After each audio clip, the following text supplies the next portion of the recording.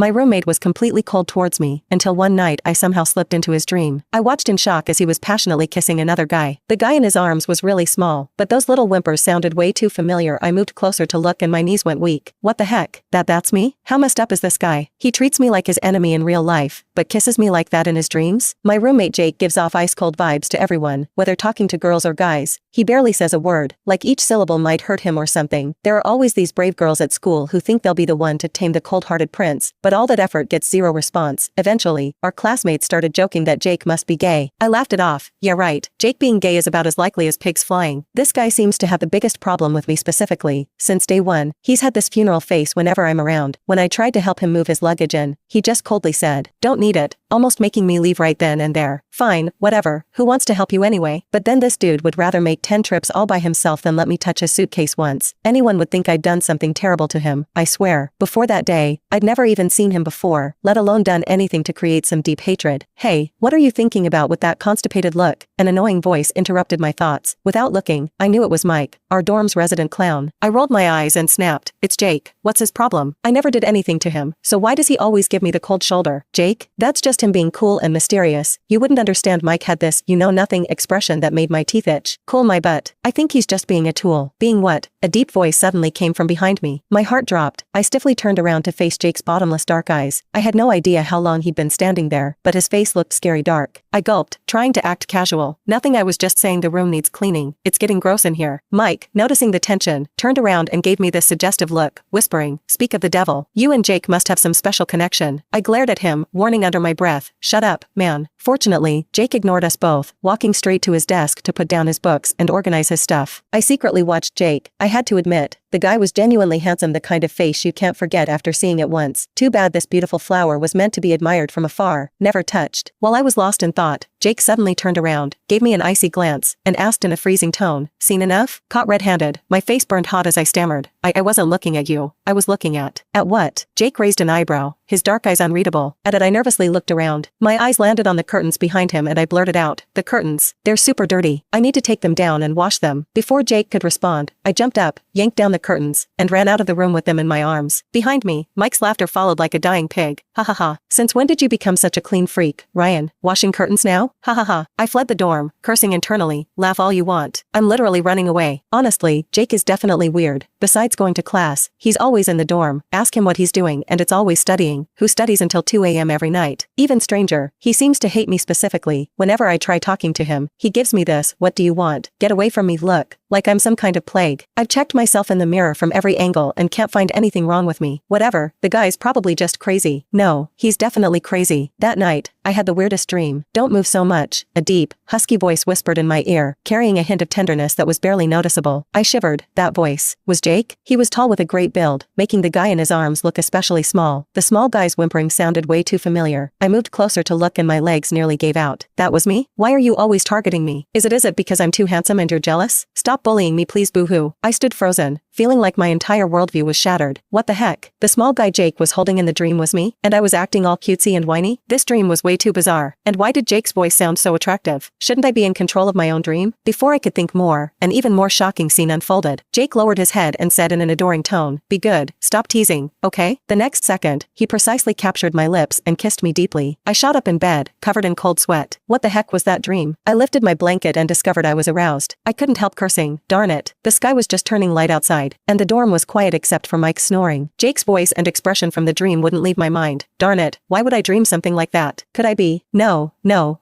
impossible. I frantically ran my hands through my hair and decided to take a cold shower to clear my head. Darn, it must be Mike constantly gossiping about Jake that's messing with my head. Yes, that must be it. The ice-cold water hitting my body finally helped me regain some clarity. Looking at my bedhead reflection in the mirror, I couldn't help but laugh bitterly. What is even happening to me? Just as I returned from the bathroom, I ran into Mike with his messy hair. He was holding a breakfast bag with donuts and coffee, yawning sleepily. "Morning, Ryan, up so early? Rough night? How did you know?" I glared at him, walking to the sink to splash cold water on my face again. "You were talking in your sleep, constantly saying Jake and stuff like no and don't I wonder if you